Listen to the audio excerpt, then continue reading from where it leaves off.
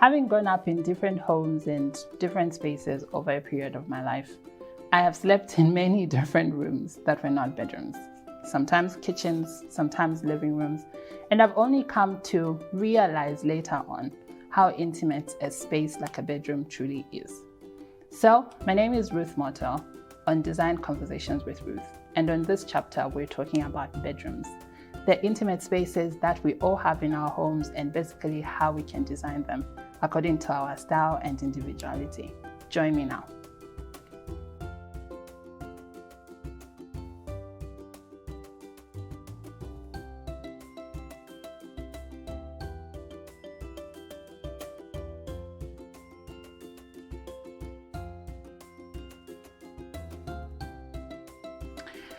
So, the thing that I've come to realize about homes is that no matter the size, the components of the home remain the same. So a house is basically divided in public areas and private spaces. Your public spaces are basically places where everyone interacts, where people come, your visitors land, and you can talk to anyone about anything and everything.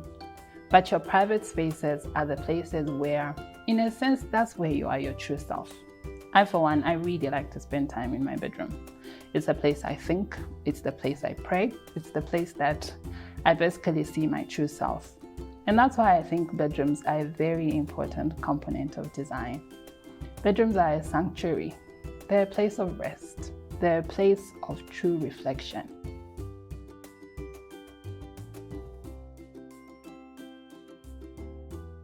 So as we mentioned, a bedroom is a place of rest. But it's also a place where we dress up, it's a place where we store important things.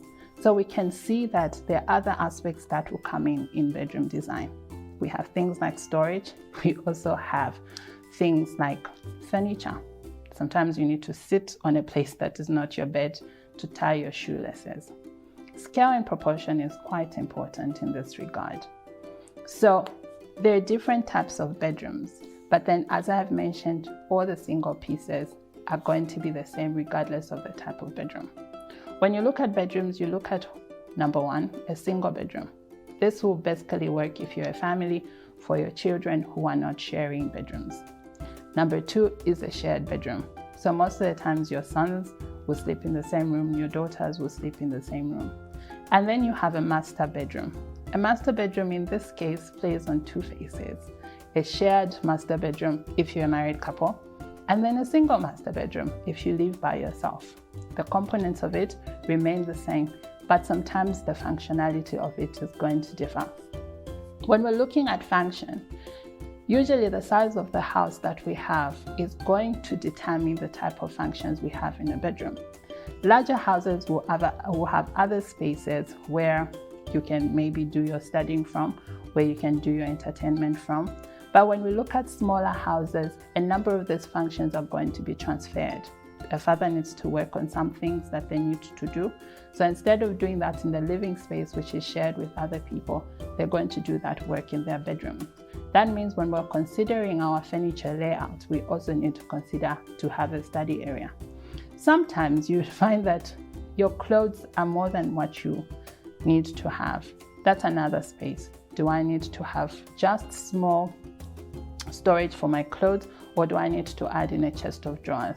It also depends on the type of relationship that you have, especially when you have shared bedrooms. Do we have conversations around here? Do we talk about other serious things away from our living spaces? When you look at the aspects of everything that is involved in your bedroom, it becomes easier for you to start taking inventory. So when we're going into what we call inventory, we're looking at the type of clutter that we have.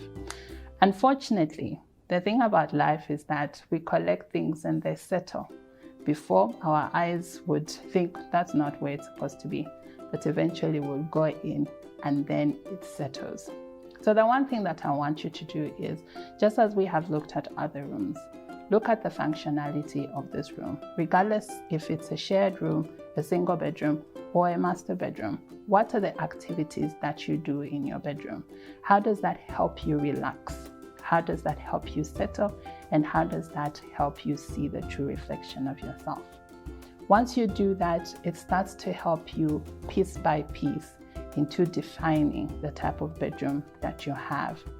When we started this conversation, we said the bed is the main component. And that's the first thing that you look into when you walk into your bedroom. So how are you laying it? What type of beddings do you have? How are you playing around that? Slowly that starts to influence even how you jump out of bed or how you get in. Remember, it's a place of comfort. It's a place of rest. So every single thing that we put in this room determines how we come out of it.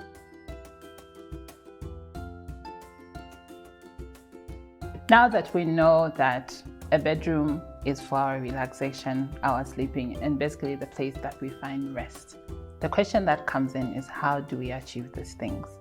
These are some of the things that you should consider even as you're looking at your bedrooms today. Number one, lighting.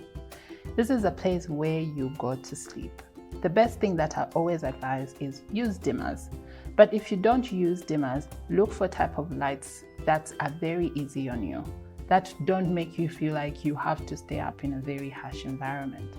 Number two, the placement of your bed. When you're looking at the placement of your bed, you're basically working with 4 walls. One wall has your door, the other wall has your windows. Sometimes windows are placed in 2 walls. So you have to look at the privacy of my bedroom, privacy from the other rooms in the house, and also privacy on the windows. Because the bedroom is a place where we just want to be ourselves, away from the world. This is something that is very key. Another thing that we need to consider when it comes to placement of our beds is also how we work around with our curtains. When we're putting our curtains in our bedroom, they also have to create that form of balance with our beds. Another thing to consider is, what is the traffic flow? Traffic flow will basically be from the entrance of the door to the other activities that you are doing in your bedroom. So for example, when you get into your bedroom and you're going to your wardrobes or you're going to your bed, are you hitting into anything? Are you finding clutter all over that just makes you pissed off just by entering into your bedroom? So these are the things that you need to consider. A rule of thumb around clutter is, if something hasn't been used in 6 to 12 months, then you don't need it. When you start decluttering, then you start to see that even your mind is finding a freshness. Another thing about bedrooms is that you can play around with your walls. Remember that your bedroom is also a living space. So the things that you do with your living room are things that you could do with your bedrooms. Are there pictures that invoke a certain level of comfort and calmness in you? Is there a particular type of art that you like? Or is there a type of clock that you just enjoy looking at because it reminds you of the best days of your life? Those are some of the things that you need to have in your bedroom. And remember, this just doesn't work for a particular bedroom. It works for all types of bedrooms that you have in your house. For your kids' bedrooms, ask them what they like and put that on their walls. For your guest bedrooms, this is even the best place because it's the place where you can express who you are as an individual and what you are as a family.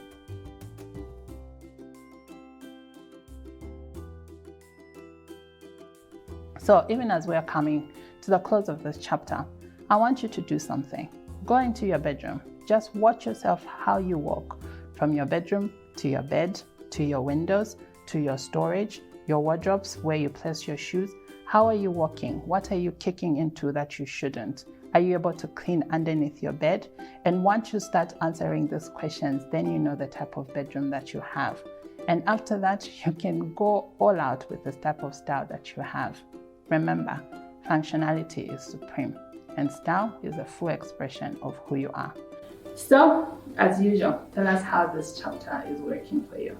Tell us the things that you have discovered in your bedroom, what changes you're making, and tag us and follow us on all our socials on My Perfect Stitch Home and Ruth Motto. I'm always excited to hear what you people are doing in your spaces as we are designing our spaces together.